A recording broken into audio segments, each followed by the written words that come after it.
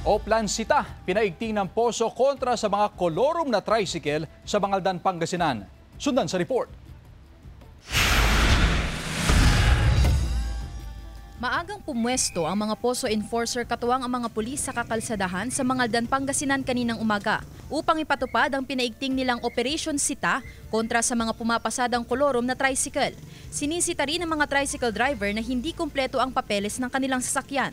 May mga nahuli din kaming mga out of line na dito na namamasada. Galing sila ng Santa Barbara at Dagupan sa Boundary. Mula kahapon, halos 20 tricycle driver na ang nasampulan ng mga otoridad. Kasama rin sa operasyon ang mga opisyal ng mga TODA sa bayan.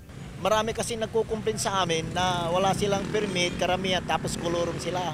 Kaya simple, yung mga iba magkukumprin kasi sila nagbabayad ng permit, kumpleto yung mga lisensya nila, tapos yung iba, wala lahat.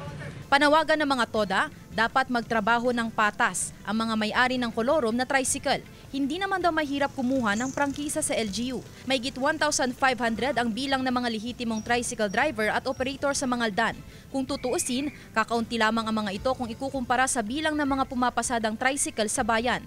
Ibig sabihin marami pa ang hindi nagpaparehistro. Pinag-uusapan na rin daw sa Sangguniang Bayan ang hiling ng poso na itaas ang kasalukuyang 100 pesos na multa sa mga nahuhuling may-ari ng kolorum na tricycle. Samantala magpapatuloy ang Operation Sita hanggang sa mga susunod pang araw at hindi lang mga tricycle ang balak inspeksyonin ng mga otoridad. At the same time, yung mga motorcycle po, yung mga open muffler, yun po yung isa sa mga objective namin para po ma-regulate o matigil po yung mga kolor po sa bayan ng Bangaldan. Kasama si Daryl Peralta, Sandy Salvacio, One North, Central Luzon.